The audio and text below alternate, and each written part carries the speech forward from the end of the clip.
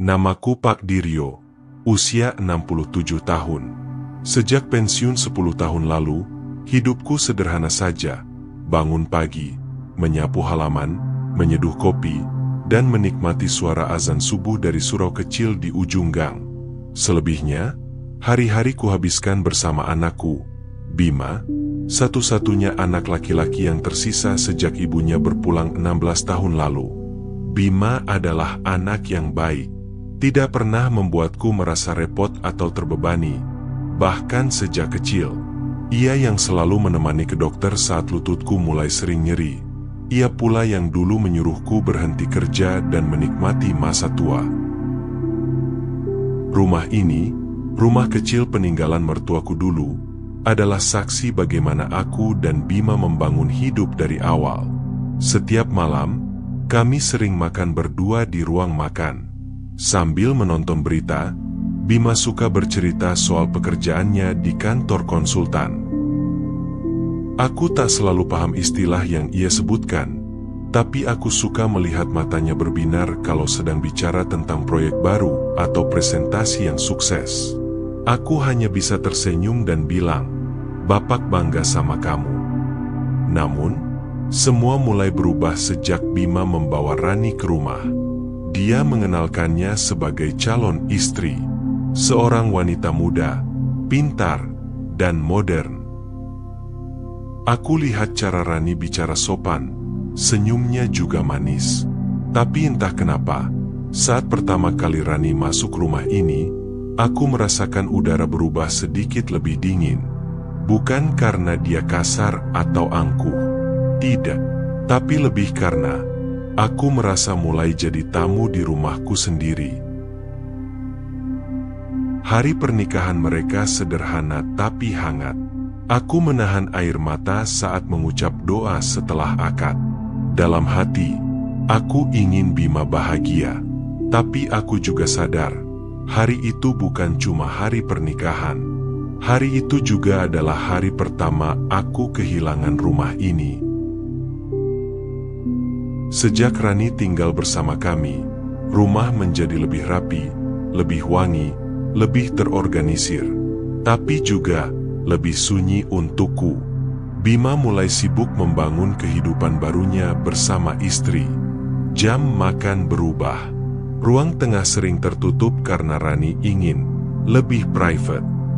Bahkan sandal rumahku pun pernah disingkirkan karena katanya kotor dan bikin berantakan tampilan rak sepatu. Aku mencoba menyesuaikan diri. Tapi aku bukan orang tua keras kepala yang menuntut diperlakukan seperti raja. Aku hanya ingin tidak merasa seperti pengganggu di rumah sendiri. Suatu malam, aku mendengar percakapan lirih di kamar mereka. "Mas, gimana kalau Bapak tinggal di rumah Bu Darti dulu aja? Dia kan tinggal sendirian di Cirebon, bisa saling nemenin." "Rani, ini rumah Bapak." "Iya, tapi kita butuh ruang." "Mas, rumah ini kecil. Aku juga belum bisa bebas." Malam itu aku tidak tidur. Aku duduk di teras hingga azan subuh terdengar. Beberapa hari kemudian, Bima membawaku bicara. "Pak, Rani kepikiran soal kenyamanan Bapak.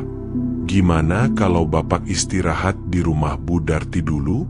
Cuma sementara.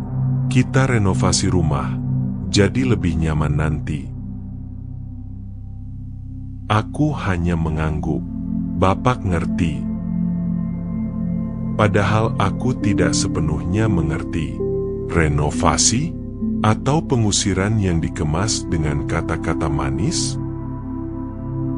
Aku mengemasi barang-barangku, 1 koper baju, 1 tas kecil berisi foto-foto lama bersama almarhum istriku, dan sepatu olahraga yang jarang kupakai. Semua itu cukup untuk seorang tua yang tidak lagi punya tempat.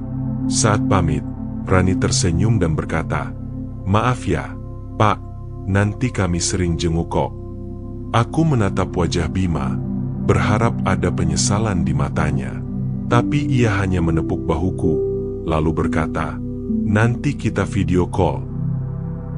Rumah Budarti, kakak ipar almarhum istriku, terletak di sebuah gang sempit di Cirebon. Rumah panggung kayu, halaman kecil, dan suara ayam tetangga yang berkokok pagi-pagi benar. Sederhana, tapi bersih dan tenang. Budarti tinggal sendirian sejak suaminya wafat 2 tahun lalu. Saat aku tiba, beliau menyambutku dengan senyum. "Wah, akhirnya ada teman juga di rumah ini. Udah lama nggak ada suara laki-laki di sini." Aku hanya tersenyum.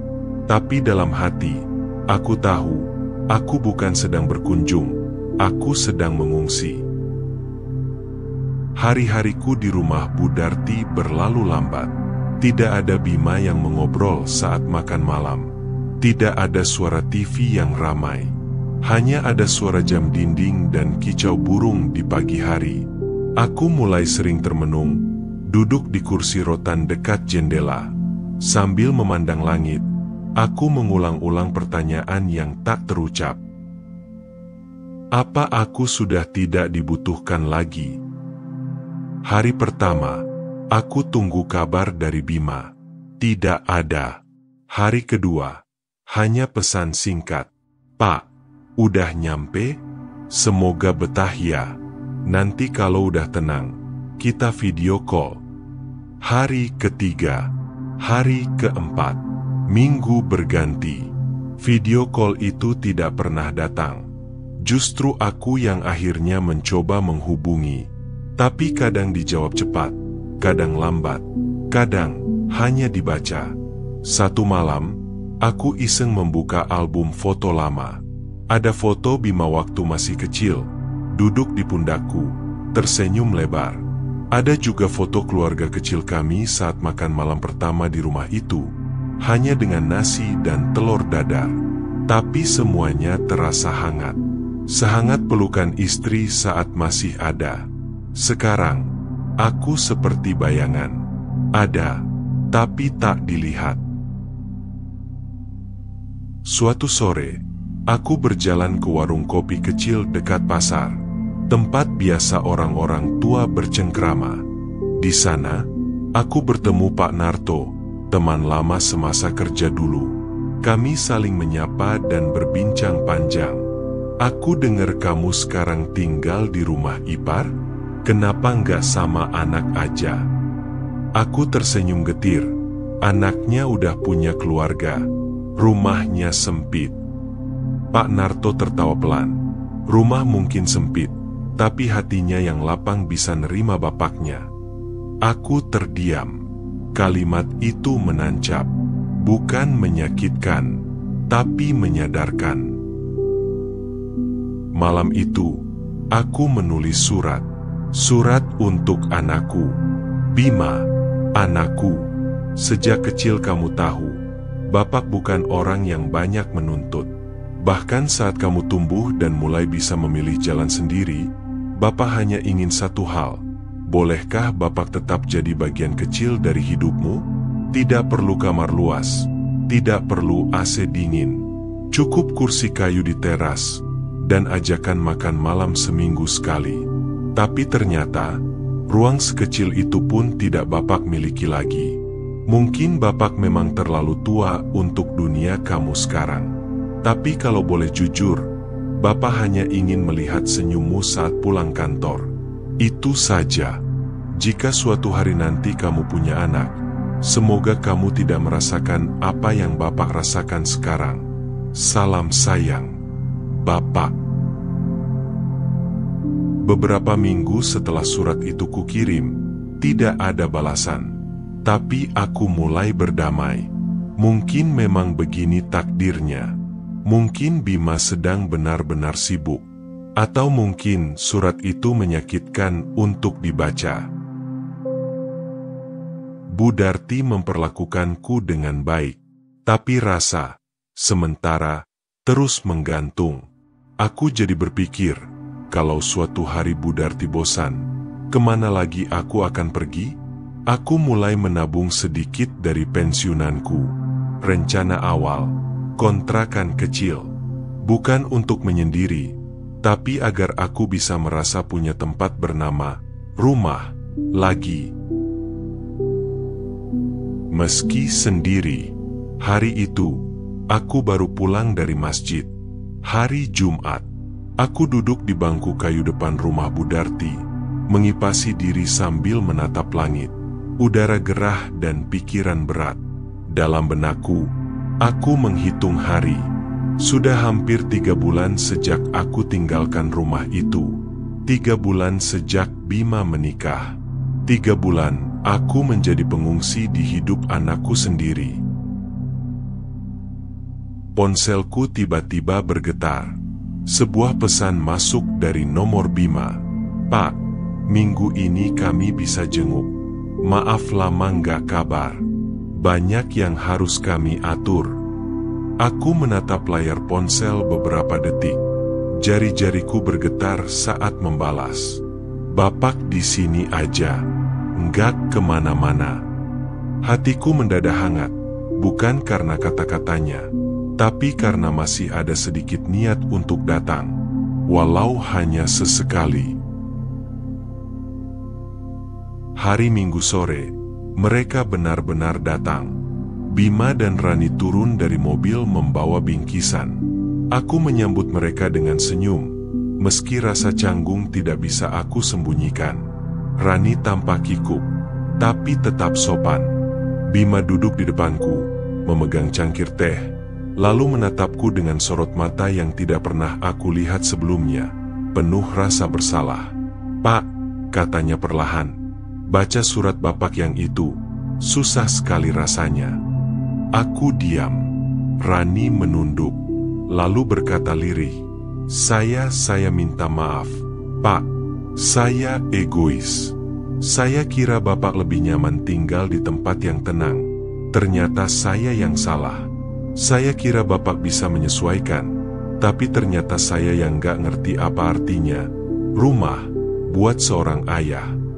Air matanya menetes, dan Bima memegang tanganku. "Pak, kalau masih bisa dimaafkan, pulanglah. Rumah kita kosong tanpa Bapak." Seminggu kemudian, aku pulang, tapi bukan sebagai pemilik rumah. Aku pulang sebagai orang tua yang diberi ruang. Dan ternyata, itu pun sudah cukup membahagiakan. Rani kini bersikap sangat berbeda.